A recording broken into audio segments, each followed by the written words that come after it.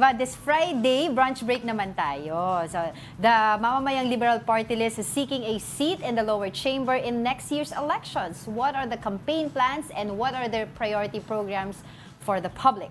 Let's talk about this with two of our live guests for today. We have former Senator Leila de Lima and former Congressman Erin Tañada with us on Brunch. Good morning. Thank you for joining us. Morning. Thank you for the invitation. And Angela, Yes. it's a pleasure being here. Yes. All right.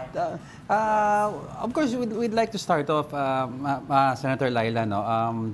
It was expected, we thought you would run for senator, and then the announcement came that the party list. But a lot of our viewers and a lot of the people in social media have said, why would you want to re-enter politics after all that has happened in your life in the last years? Thank you for that question. Totoo yan, I was really not thinking of rejoining politics after I gained freedom provisionally muna noong November on bail, and then this June this year I complete freedom na because all my cases have been dismissed. So I did not intend, akala ko I would have more time to rest and venture in other things like resuming my private law practice and resuming my teaching career. Yes. Right.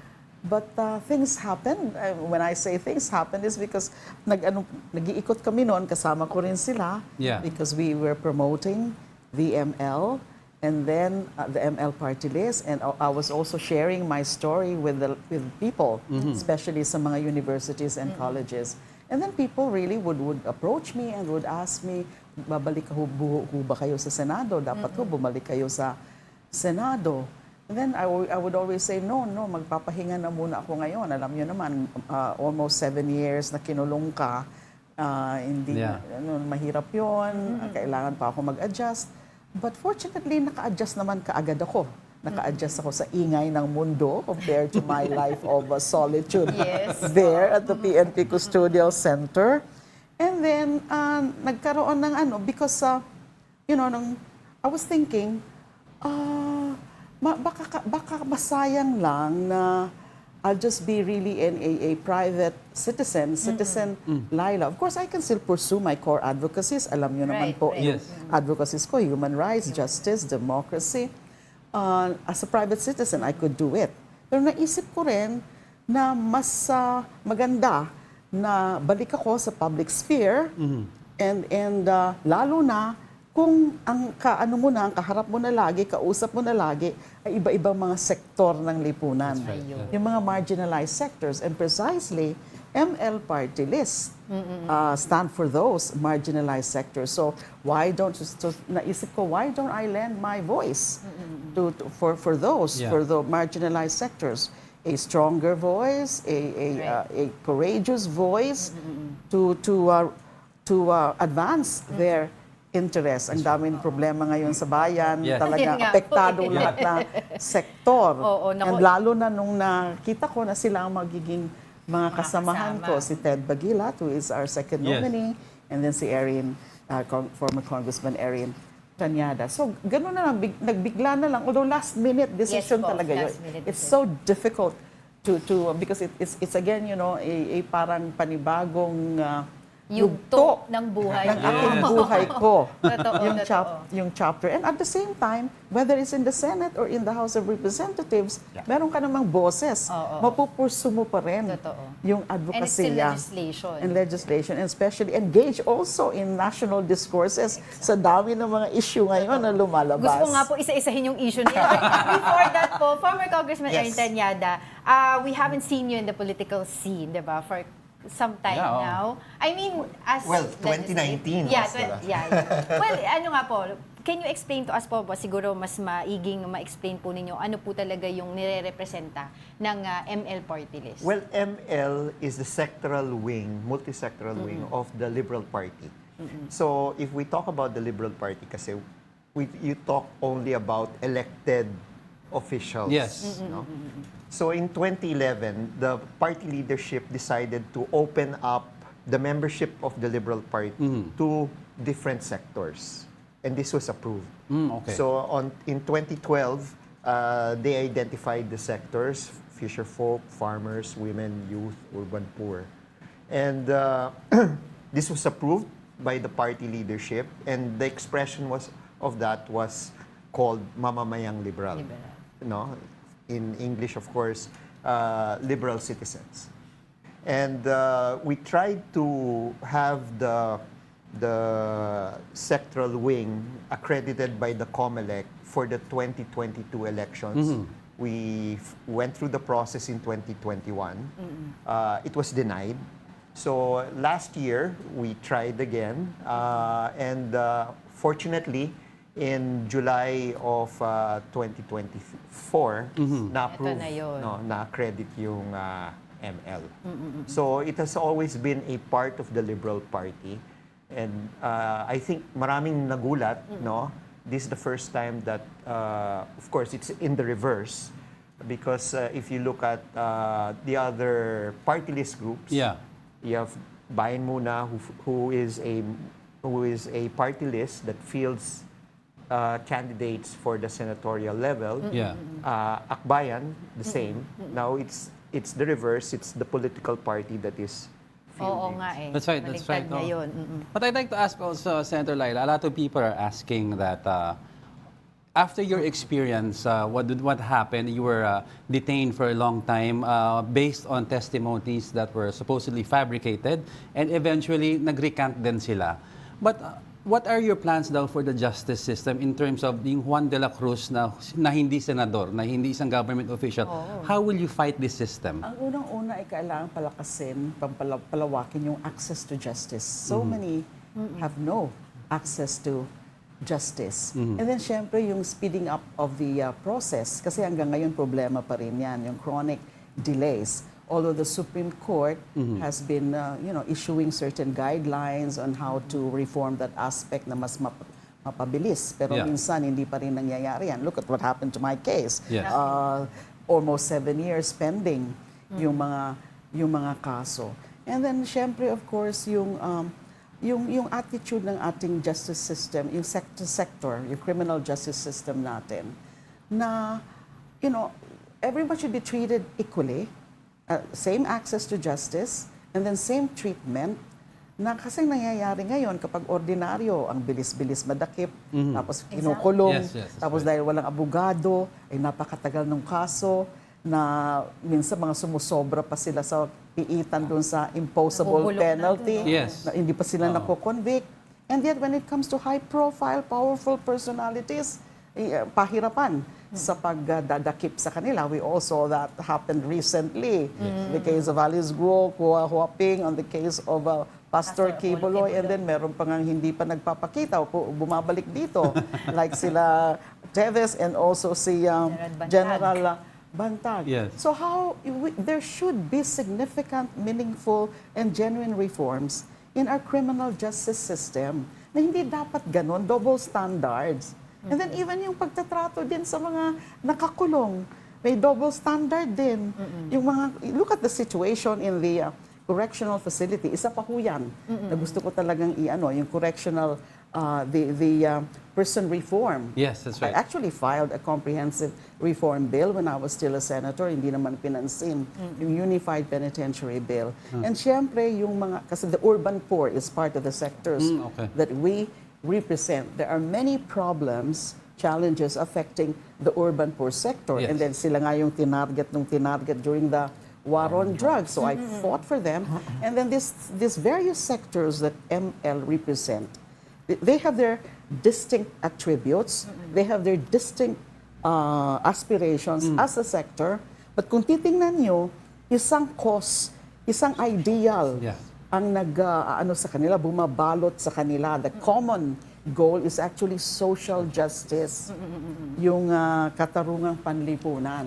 So that would be our main platform in advancing social justice that would affect all of these sectors. Bago tayo pumunta kay Kong Erin, gusto ko lang po sundutan po yung sinabi ninyo kasi nabanggit niyo po yung war on drugs, yung mga system natin, and sinabi ni Diego yung mga you were detained under false testimony, and ito po si Kerwin Espinosa is saying na he is willing to testify sa ICC. Your comments on that? Okay, narinig ko po yung yung press con niya.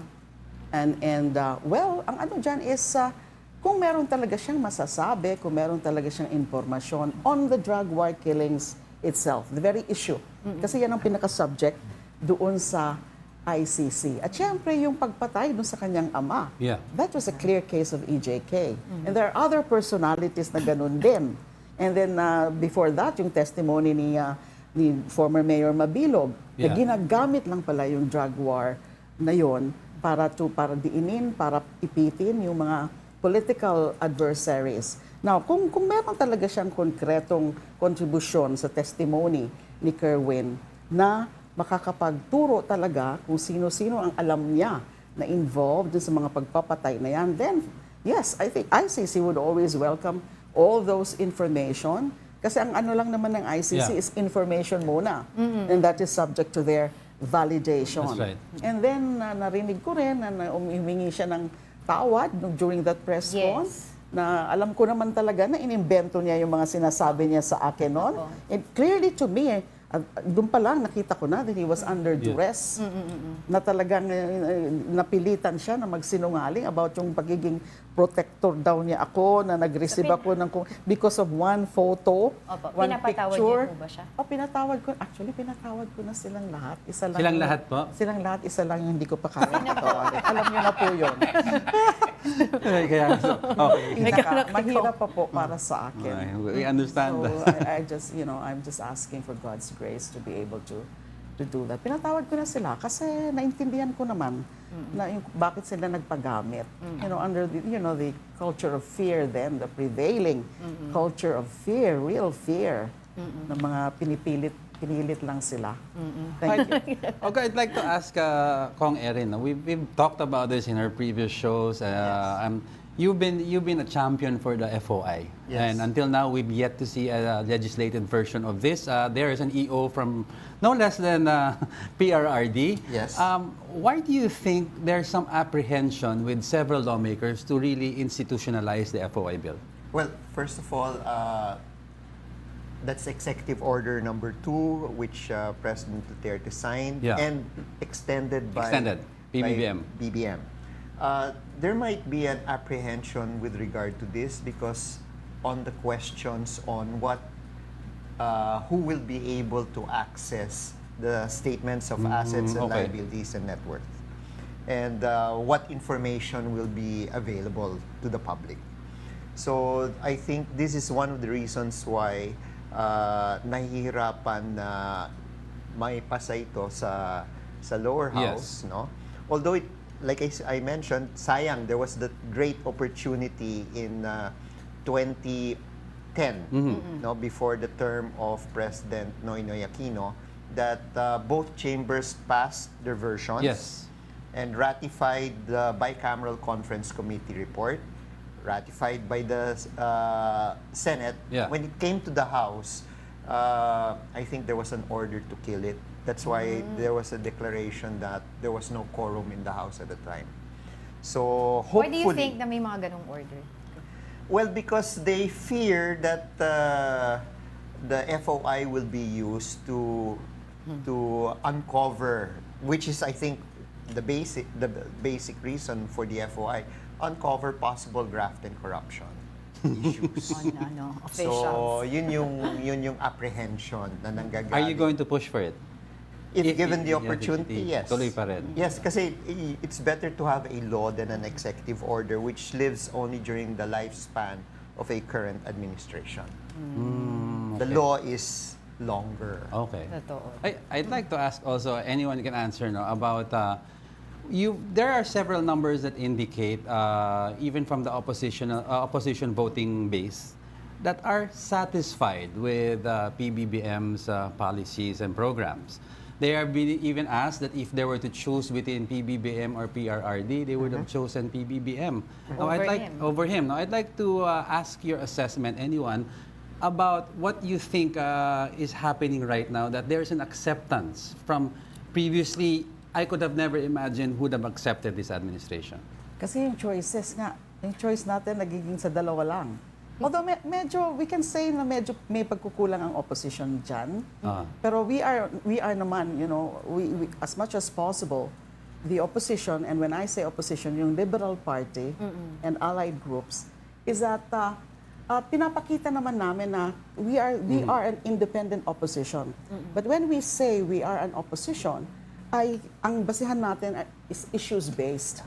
We do not just want to be just criticizing and criticizing for the sake of doing that. Ang ano namin is issues. Nagkataon lang na sa mga mahalagang mga issue natin ngayon, ay mas marami yung medyo, kung magpipili tayo dun sa dalawang kampo, Duterte Bloc and the Marcos camp, ay mas maraming issue na against the Dutertes. Lalo na dyan sa mga naglalabasan ngayon ng mga revelation. Kasi yung pag-alis nga ni Mr. Duterte na talagang sinira niya yung Pilipinas sa foreign policy, and then even in terms of governance, kasi may mga corruption issues, yung wala naman talagang good governance sila, tunay na good governance na pinakita, mas madali na yung susunod na administrasyon. Na in terms of people comparing, mas madali because the bar has been so low. Kaya ganyan, nakikita, between the two choices, yan, mas maano yung kay Marcos administration. At mayroon din siyempre mga issues against the Marcos administration. And kami sa LP, as much as possible, we are very objective about it. Pinipili namin yung mga issue na will be, strong kami. And then the others is that titingnan namin alin ang mas matimbang. Whether it's not about being pro Duterte or pro Marcos or being anti-Duterte or anti-Marcos. It's about the issues. Yes. Kung saan talaga. Exactly. Yung ano. So, kami, yan ang ng Liberal Party. But we remain to be an independent opposition, only that our numbers have been decimated. Yes. Sa sobrang demonization na ginawa sa Who do you think amin. is responsible for that? Mr. Duterte. And his ilk. Grabe yung paninira nila sa mga dilawan and all that, kung ano-ano ang mga tinawag sa amin na hindi naman totoo. Pero ito ngang 2025 elections, andyan na naman yung pagkakataon. Hindi lang for the senatorial, but sa House of Representatives nga. Doon nga kami excited kasi kung makikita nyo, may iba pang mga grupo. Yes. Yes. Bayan, and then Yun yung nga mga bayan muna, and then Magdalo, na mga kindred, more or less, Do you think nag-overlap yung mga ano namin, advocacy. Do you think po na may chance ngayon na it's really not a challenge right now, yung mga labanan ngayon versus the political dynasties or political clan? Do you think na may chance ngayon yung mga progressive? We'd like mga to think so. We'd like to think so. And that's why we welcome the diversity of groups. Even if sinasabi nila, paano yan, mag-aagawan kayo ng boto. Yes. Ang ano naman namin dyan is that, nasa ano na yan, how we handle the campaign. Yes. Our campaign strategies should be strategic, na mas maganda kung lahat kami magkaroon ng seats dyan, either 1 seat, 2 seats, or 3 seats. Mas maganda kung 3 seats kami. Yes. Because we would be a force to be reckoned with, a block, and there it would be a minority, a true, genuine minority, na magsasama-sama kami, even dun sa mga pet legislations namin, we will be consulting with each other, alin ang mga susuportahan ng mga legislations of each other, alin dyan yung mga joint mga legislations. Wala na po tayong oras, so ma'am. Pero excited. speaking of suportahan, this we have to ask, very quick lang po, just in case makakuha po kayo ng upuan po sa Congress, will you guys support yung calls for the impeachment of VP Sara? Kung Erin. Well, it depends on who will file it first, no? Although there has been a statement made by the partylist group, the progressive partylist group, that they would, and Magdalo, I think, also came out with the statement. So we will have to see what are the charges that would be thrown at VP Sara, whether it's betrayal of public trust, grafted corruption, or high crimes. Titingnan natin, pag-aaralan natin yan. Alright, sige na ko. Marami pa po kami gustong itanong sa inyo, bitin. especially yung mga issues on Pogo's West Philippine Sea. But hopefully, we can still invite you over po para mas mapalawak po yung discussion It would be on a that. pleasure again. But for the meantime, maraming salamat po sa inyo, former Senator Leila de Lima and former Congressman Erin Tañada for Mamamayang Liberal Party List. Thank you so much po. Salamat po.